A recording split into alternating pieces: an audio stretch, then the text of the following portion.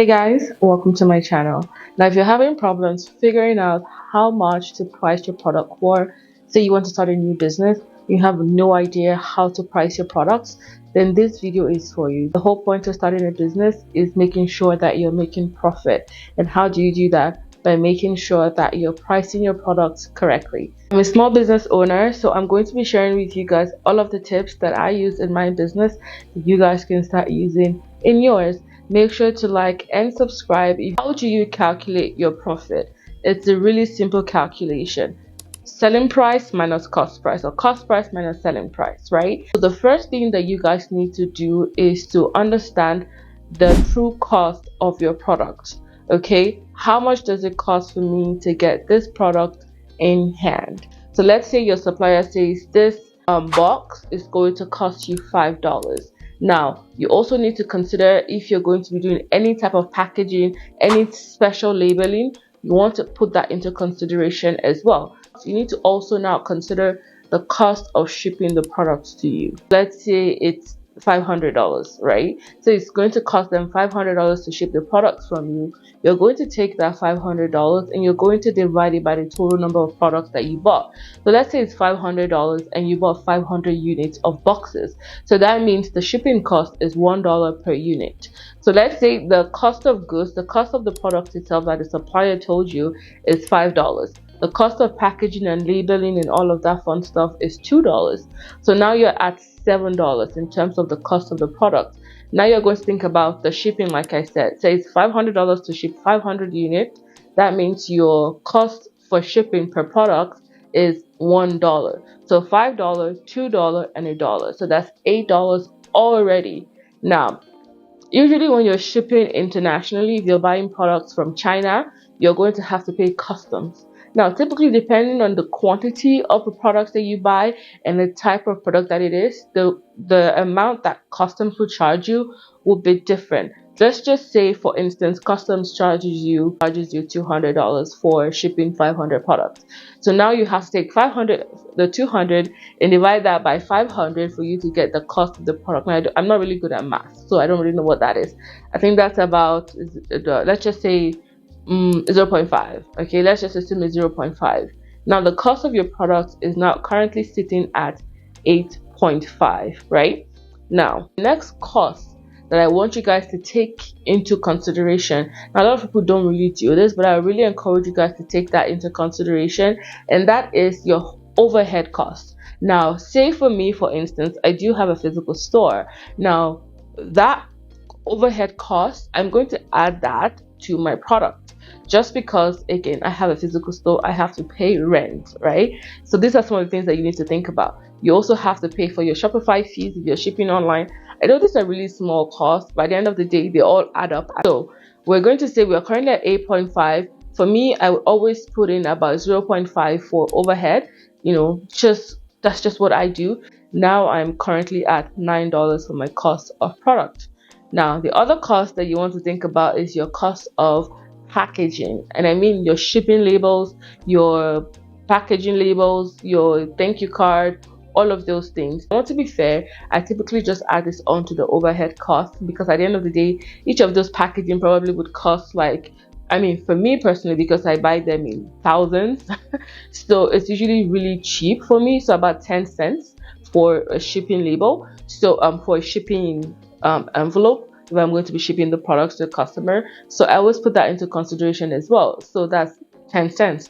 But I will add that onto my overhead cost, because at the end of the day, the overhead cost, I said, is 0.5. But if we really think about it, if you have thousands of products in your store, you know, 0.5 is quite a lot to put for overhead. So I will just add that on to my overhead cost. But if you don't have a store, even if you're in your house, it doesn't really matter. You know, your business can be paying your rent, quote and unquote, right? So make sure you always add that 0.5 for the overhead cost. We've talked about a lot of different costs. Now that I think I'm currently at about $9. Now I've calculated all of those things: the cost of the product, the cost of shipping the product, the cost of customs, the cost of overhead cost, the cost of shipping the products, my label, my if you're buying ink to print your labels, or your ink to buy your packing slip, all of these administrative costs, you can add 10 cents, you can add 5 cents, depending on how much you spend to buy the specific item. My own personal rule of thumb is to do a times 1.5 to a times 2 for wholesale. Now, even if you're not doing wholesale right now, you're forward thinking, you're thinking about where you can take your business. So if it's going to cost me $10 to get the product, I'm going to assume that whenever I start doing wholesale, I'm going to sell it for $15 to the wholesalers or $20 to the wholesalers. Now, if I'm doing that, it means I'm making either a profit of $5 or a profit of $10. Now, this depends on you. Personally, I do times 2, but you can also do times 1.5 or times 2. Now, another thing that can help you determine which of this you want to go with is to look into the market and see how much other people are selling their products for, because at the end of the day, you don't want to sell a product that is overly expensive if you're not going to find customers to buy them. Now, once I do that, I multiply it by 1.5 or 2, and then from that wholesale price, I'm going to multiply again by 1.5 or 2. That is going to be my retail selling price. Okay, so what does that mean? It means that if my true cost of goods is $10 and I'm going to be doing point times 2 to my wholesalers, that means I'm going to be selling to my wholesalers for $20, which means I am making a profit of $10.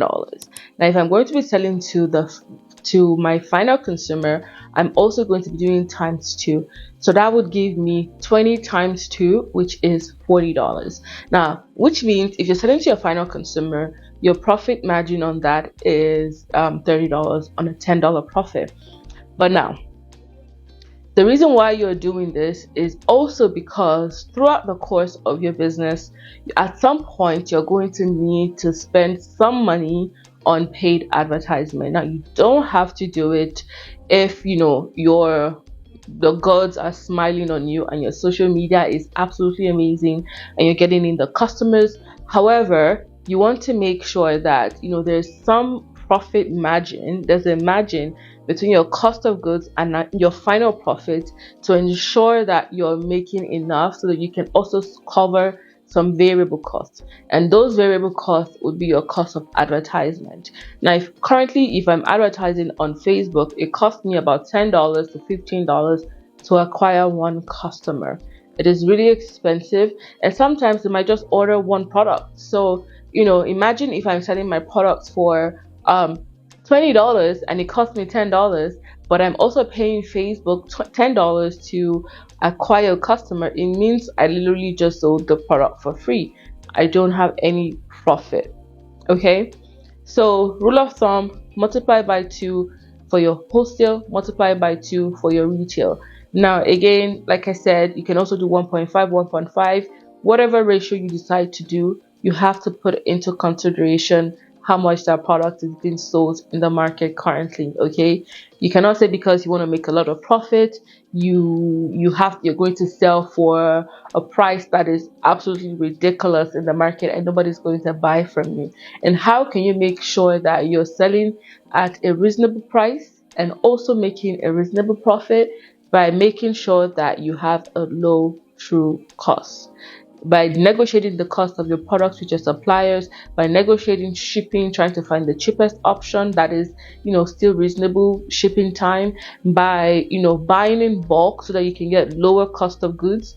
These are some of the things that you can do. Personally, if I were to buy a shipping label on Amazon, it's going to cost me maybe, I don't know, 15, 20, I can't remember how much it was anymore, maybe about 15 cents or 20 or 30 cents to buy a random shipping label.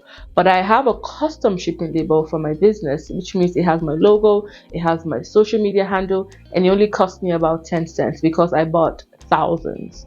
Okay, so you might want to think about that. And again, when you're working with these suppliers, they might tell you, oh, if you're going to buy 500, it would be $1 per product. But the trick here is if you ask them how much is it to buy 1,000, they might tell you it's 10 cents. By the time you multiply 10 cents by 1,000, it's almost going to be the cost of you buying a lower quantity. Does that make sense? So I always go with the higher quantity because they will always reduce the price when you buy more. So these are some of the things that you can do to reduce your cost of goods so that you can maybe reduce your price, be competitive in the market, and still make a reasonable profit. Okay, I hope this video was clear as day. If you have any questions, let me know. Leave me a comment in the description. I hope you guys enjoyed this. I will try to come and give you guys some advice, some tips, and make sure guys that you subscribe to my channel. Thank you to all of the 120 something people who are subscribed right now. Thank you guys so much. I'm trying to get to 500 by the end of March, April, we'll see. But I hope you guys enjoyed these tips, okay? And if you did, make sure you give it a thumbs up. Make sure you subscribe to my channel, and I'll see you guys in my next video. Bye.